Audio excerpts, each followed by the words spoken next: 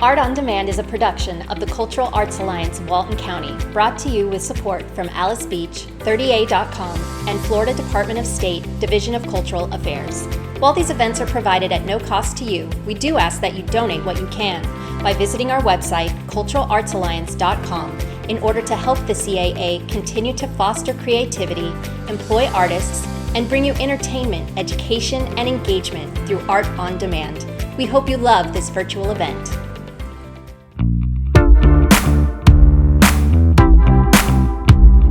Hi, I'm Justin Gaffrey, and welcome to my studio. We are here. What is this show called again? I'm sorry. We're here for another episode of Art on Demand with Cultural Arts. Again.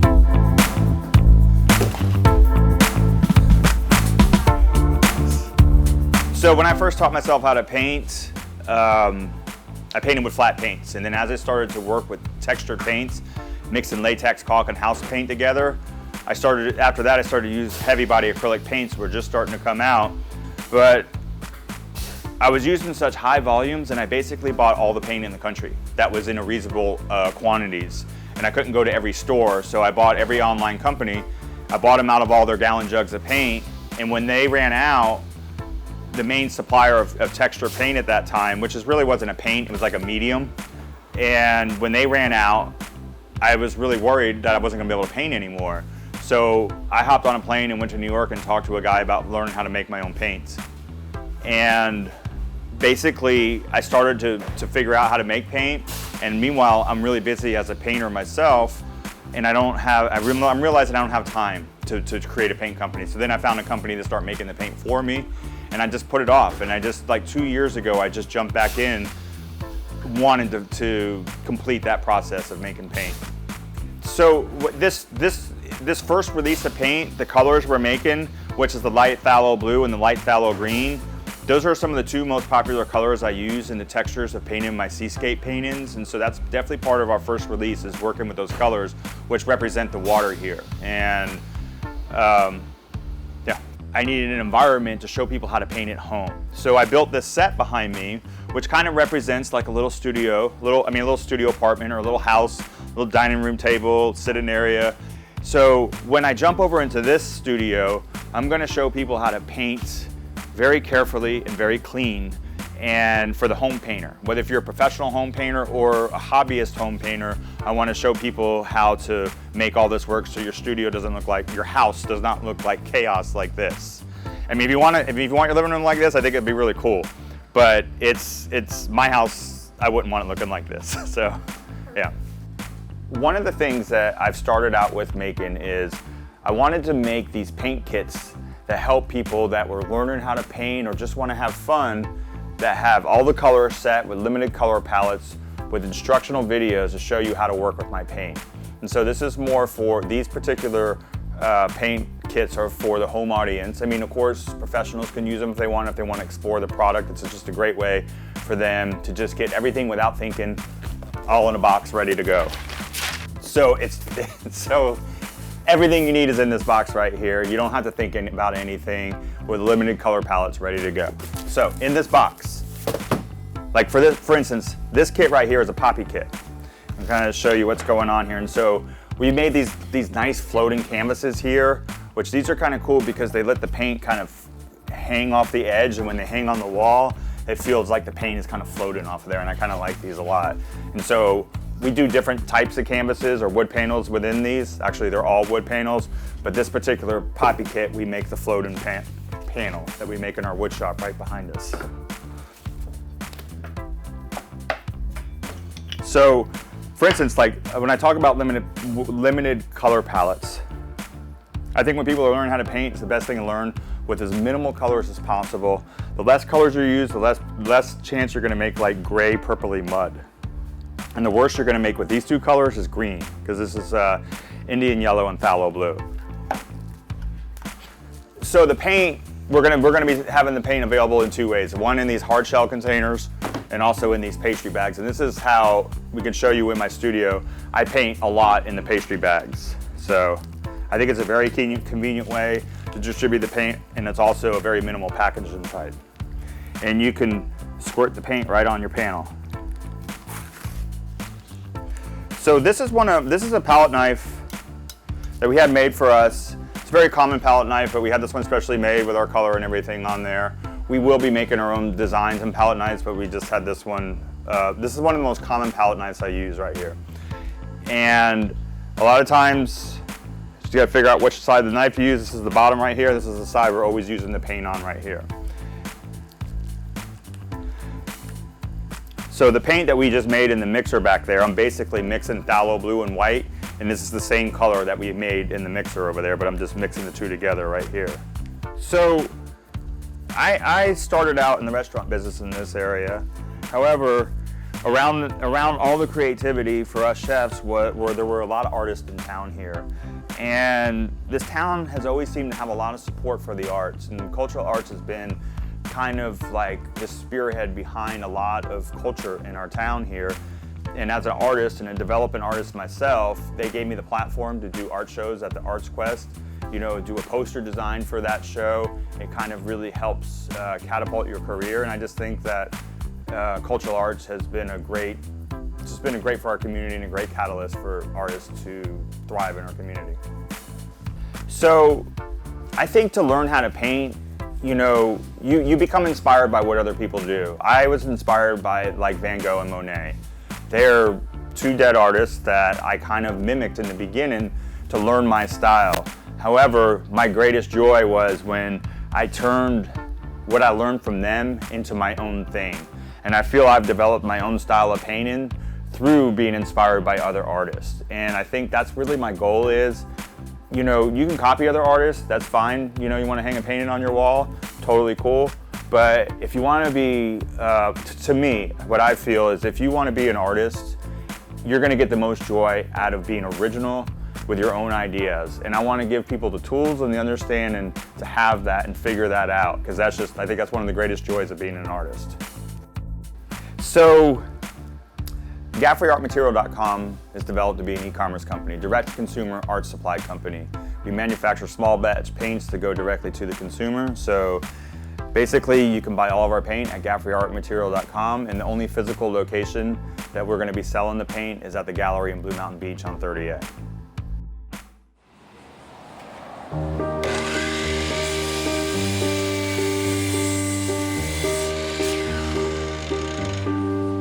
I'm Brett Martin, and this is my business, Made on 30A. We moved here back in 2007, and yeah, well, I tell you, it's a wonderful place, and I would say that I think this is one of very few places that I get to do what I do. So it's you meet wonderful people, obviously, that come here from, you know, not just the Southeast, but from all over the country. So you get to work with some really interesting people, and obviously being this close, you know, to the Gulf, and you know, anyway, all of South Walton, you know, all that it offers kind of, you know, inspires you to do some wonderful stuff. So certainly it's enjoyable knowing that when I'm done for the day, I'm this close to the, you know, to the beach. So usually my work day, usually I get in here around 7, especially now when it's being summertime, when it's still a little bit cool. And then usually I will have, you know, an order or two laid out, and I'll pull some lumber and cut pieces. So some days I'll just cut pieces for, you know, for the different projects. And then we may do something to them to prep them the next day. And then the next day I'll be putting the pieces together. And so that's, you know, that's kind of how it goes depending on what pieces I'm working on. Like, so when I first started, I would, when I wasn't working on projects, I would just build pieces, and I would put them in like local consignment shops and things like that. So there was a, you know, a time when I did have pieces that either here in the shop or somewhere else that I could, you know, people could come see or look at. But now everything I'm doing is, you know, a custom order, piece by piece. I would say I feel there's probably not a one-time moment when I was most proud, but I do, like even this week, I've gotten a couple, I do a lot of work with local decorators, and one of the decorators shared with me on a project she just finished that her client had written her a letter, and in that letter was, you know, a paragraph about the stuff I had done, and just how happy they were, and that makes you feel good. And another kind of touching story, a lady who I didn't know, but in the fires we had that burned like 30 homes, she reached out to me, and her home was burned down in the fire. But it was a client of mine, and I didn't know it had gotten to her house. And anyway, she's rebuilding, but not, you know, but she reached out and was like, I want to get another table, because I'd built her a dining table. And you know, that was really touching. I was really excited. I said, well, you know, when will your house be done? She's like, not for another year or so, but she's like, I want to make sure. And I was like, sure, I'd be glad to. So this is a piece of poplar that I like to work with. I'm building this bed swing, and these are the side pieces. And I've ripped it, and I've put my domino holes in here. And now I'm going to put these pickets in here like this, and they'll be held in with the dominoes and glue. So I just put some glue in these holes.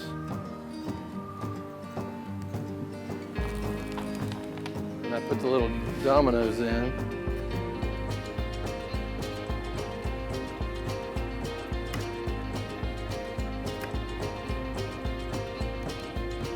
And we just come back with the piece that already has the domino in it, the hole in it already. Put them on. And once this glue sets up, makes a really strong joint. And like I said, this will be the side arm piece for a full-size bed swing. And then once this is all done, I'll sand it, get any excess glue off of it, and then we'll put a stain on it. So now I'll do the same thing on the top. Right now, I've probably got, I would say 5 or 6 projects, but of those, I would say, you know, the majority of them are the bed swings right now. So then I'll just take this and tamp it down.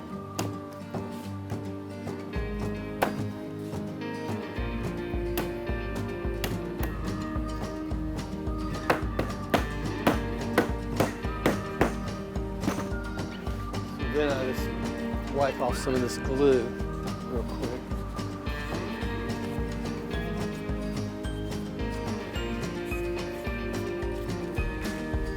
Set them in these clamps.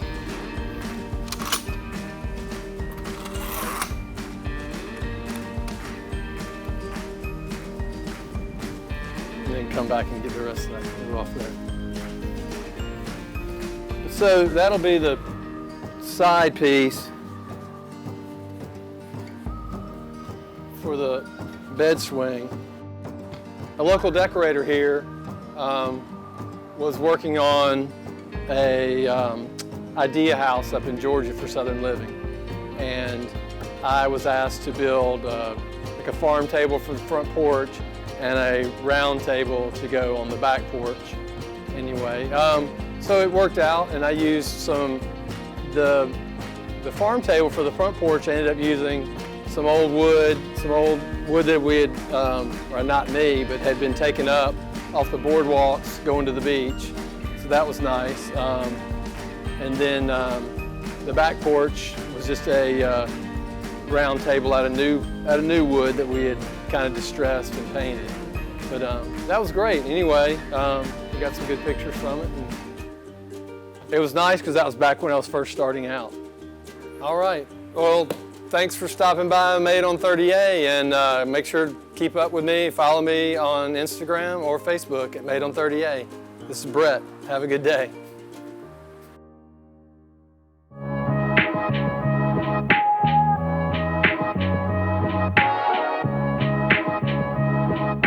And this, I am legit, right? I can't see y'all. Hi, I'm Merry Beth Myrick, and welcome to my studio. I'm a metalsmith. I've been doing this about 15 years, primarily self-taught, and a jewelry designer more than metalsmith. And today I'm going to be showing you how to make my Betty bangle. So I start out with a piece of 8-gauge fine silver wire, and I use fine silver because we're at the beach and it tarnishes a lot less and it's softer. And I've already sawed the ends off so they're flat. And because it's soft, it just bends down, straight down. Hammer it a little bit. I'm gonna mess the shape up, but then correct it after I solder it together. So these little pieces are it's called solder, and that's what bonds the metal together. And this is called flux, and flux makes the solders flow together. You gotta get your ends real clean, your joint real clean. Spray it with the flux. Where's my pick? I haven't lit this today, so it's gonna be temperamental.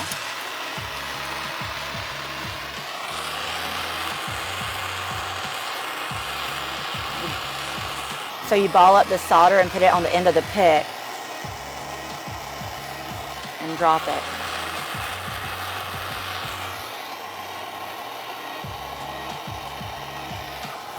And with metal, with porous metals, you have to heat the whole piece up in order for the solder to flow.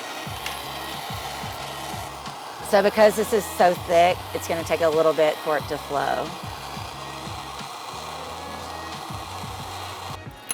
So then, this is my favorite sound. I don't know why, it just makes me really happy.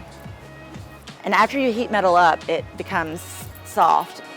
And then you harden it up again by hammering it.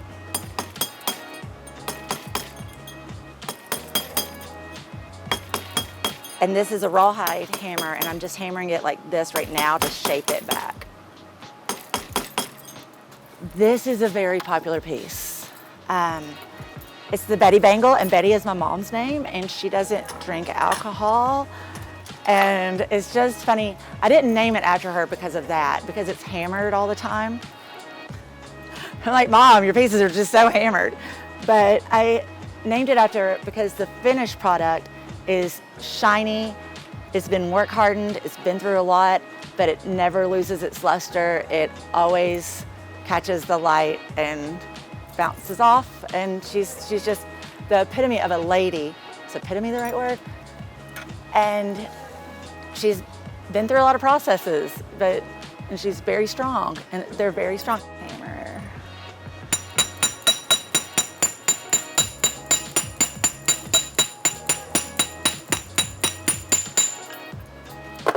So I like to do it, make these ends flat, and then put it on the bracelet mandrel.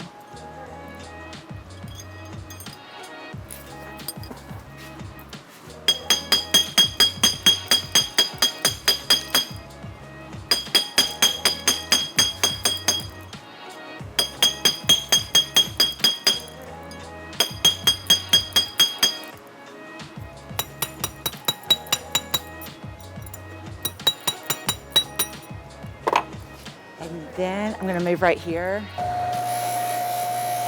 This is why my fingers always look like I'm a mechanic. And my nails, like they're never clean.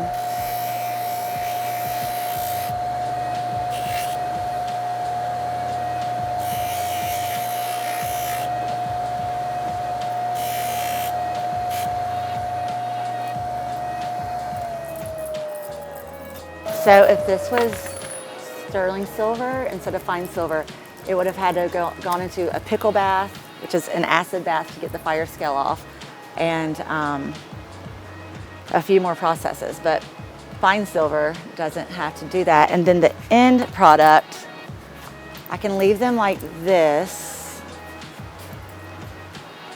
But what I'd like to do is wrap this gold wire around it so you have your mixed metals, and then you can wear it with everything anytime. Gold and silver, to make it more versatile.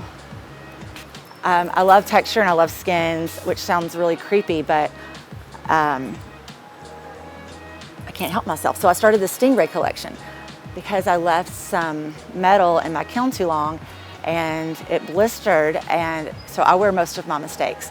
And I kept getting compliments on this piece and I didn't know how to recreate it. And I bought a stingray skin a long time ago to make bracelets out of. Well, it turns out you can make a mold out of it and cast jewelry. And so I figured out how to get those blisters by using the stingray skin. So that it's not blisters anymore, it is the skin of the stingray, and then this is a ring.